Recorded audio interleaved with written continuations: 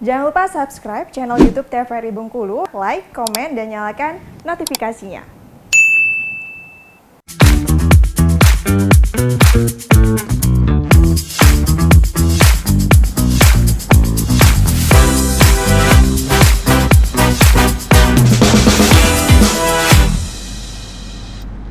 Assalamualaikum warahmatullahi wabarakatuh. Selamat pagi, semangat pagi pemirsa TVRI Bengkulu. Jumpa kembali bersama saya Agnes Ramadhani dalam acara Opini Obrolan Pagi ini. Nah, ngomong-ngomong soal sampah pemirsa, sampah ini sering dianggap sebelah mata dan juga sering diabaikan dan ditumpuk oleh masyarakat, dan padahal sebenarnya sampah ini memiliki nilai ekonomis yang tinggi. Seperti halnya salah satu warga yang saat ini sedang berada bersama saya di pagi hari ini yang akan berbincang terkait dengan tema kita, yaitu sampah menjadi cuan. Nah, yaitu Ibu Yulia Suparti selaku pegiat lingkungan. Selamat pagi, Ibu.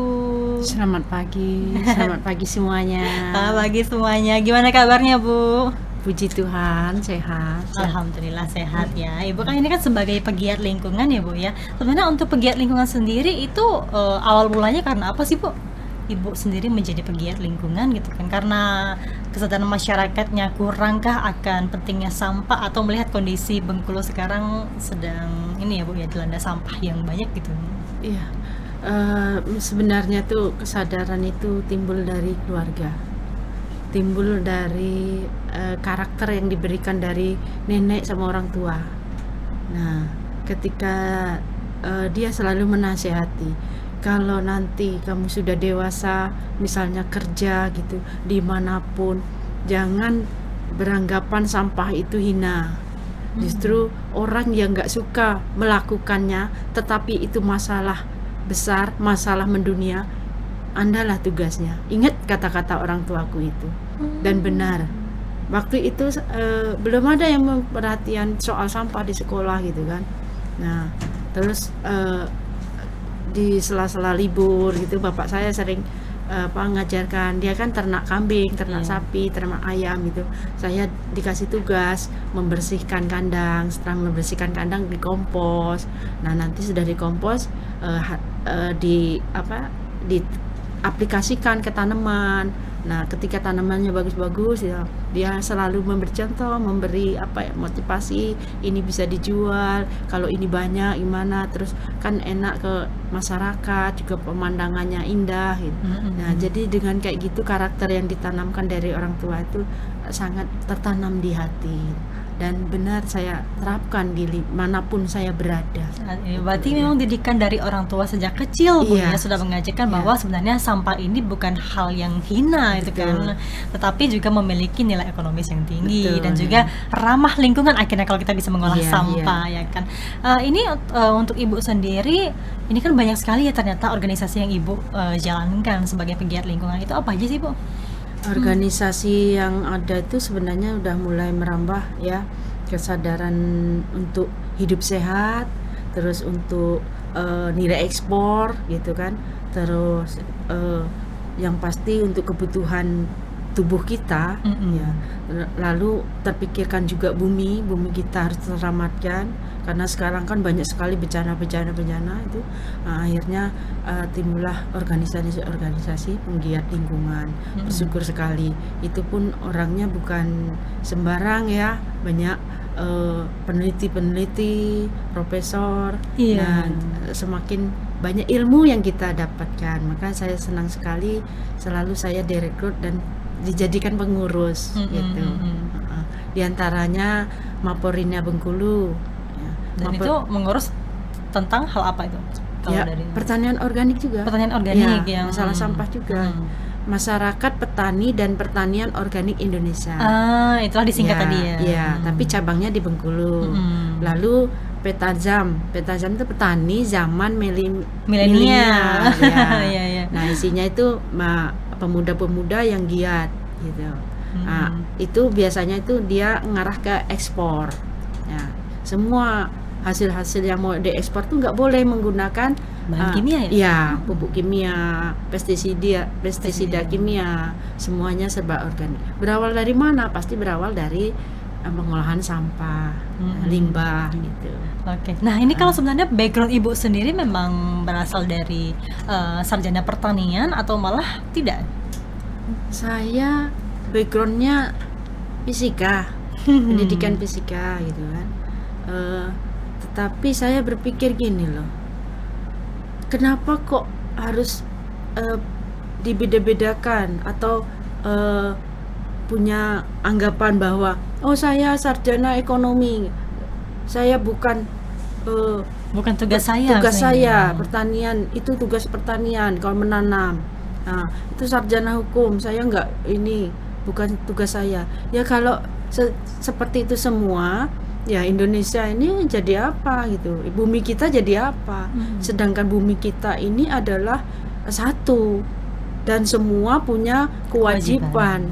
Nah itulah yang namanya keadilan ekologis. Kita harus punya keadilan ekologis, semua harus punya peran menjaga bumi kita yang satu ini. Ya. Iya benar ya, karena kan sebenarnya kalau saat ini ya kita lihat banyak orang yang memang bekerja tidak sesuai jurusannya seperti itu kan, padahal kan sebenarnya nggak juga seperti itu ya Bu ya. Tidak. Seperti Ibu bilang tadi, peran kita untuk menjaga lingkungan itu bersama-sama, bukan hanya satu pihak saja seperti itu kan. Betul. Oke. Ya. Tapi kalau dari pengalaman Ibu sendiri ya melihat kondisi Bengkulu saat ini, itu memprihatinkan nggak Bu kondisi sampahnya? Kalau dilihat semakin prihatin kayaknya. Mungkin karena ya sekarang belanja online serba plastik, belanja di mana-mana serba plastik gitu. Lalu masyarakatnya, terutama generasi sekarang ya, generasinya kayaknya nggak peduli dengan lingkungan. Abai, gitu. ya. Abai sekali. Nah maka semakin menumpuk. Nah itu tugas kita sebagai pendidik gitu kan, sebagai masyarakat, juga sebagai orang tua, itu mendidik generasi gimana supaya punya pengetahuan dan punya kesadaran yang tinggi akan bumi kita. Nah ini sebagai pegiat lingkungan tadi Bu ya, sebenarnya kegiatan Ibu sendiri sehari-harinya sebagai apa aja Bu selain sebagai pegiat lingkungan tadi? Saya sebenarnya sebagai guru di SMP 11, guru fisika, IPA ya, IPA Yeah. tapi jurusan saya fisika gitu. Nah itulah kadang memasalahkan, oh guru fisika kok berurusan dengan Pertanian gitu. Itu haknya orang biologi gitu. Saya kira tidak ya. Saya tidak seperti itu. Semua harus bertanggung jawab dengan lingkungan kita. Bagaimana oksigen kita cukup, sedangkan penghuninya bumi ini semakin bertambah. Bengkulu ini masyarakatnya semakin bertambah. Kalau nggak ada yang menanam pohon, oksigennya dapat dari mana?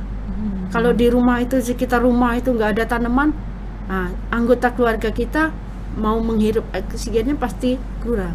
Kalau kekurangan oksigen pasti lemas. Kalau lemas pasti malas. Nah itu pengaruhnya ke sana. Bersangkut paut ya. Iya.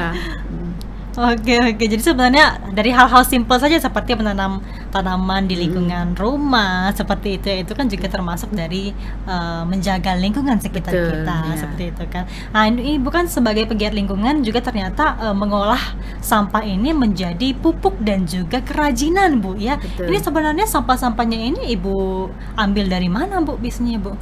Kalau sampah itu di mana-mana pasti ada. Selagi kita masih hidup pasti ada, dari lahir lah sampai kapanpun, kegiatan apapun pasti menghasilkan sampah gitu. Ya, mau masak nasi aja ada limbahnya, air beras itu. Air beras nggak ada yang dibuang sedikit pun, sayang sekali gitu. Kita buat ditampung, kita fermentasi, nanti dibuat ada jagaba, ada trichoderma, dari sana kita kembangkan, bisa untuk mengolah POC yang lain, untuk menambah nutrisi tanaman yang lain gitu kan. Nah, jadi semua bermanfaat. Itu baru satu sisi ya. Belum kalau nyapu halaman. Banyak sekali Iya, apalagi iya. tak banyak tanaman ya. Nggak ada yang dibakar, nggak boleh pembakaran karena pemanasan global gitu. Jadi semua sampah dari lingkungan rumah tangga Ibu sendiri ya itu diolah semua ya? Iya, diolah jadi kompos gitu. Nah, ada yang menjadi ekoenzim. Makanya Iya, kita di Bengkulu ada Ikatan Ekoenzim Nasional ya, EEN gitu. Iya. Ada BEM Perbanusan.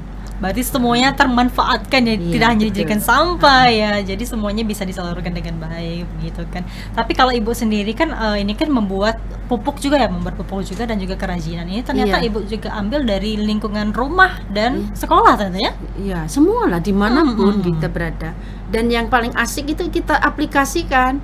Ketika diaplikasikan, nanam anggur banyak buahnya. Orang nggak percaya, dikiranya kimia. Pakai Padahal- pupuk kimia gitu iya, ya. nanam jambu buahnya banyak, nanam jeruk buahnya banyak. Dia selalu membandingkan. Yang nggak percaya tadi membandingkan. Saya nanam kok nggak ada buahnya gitu.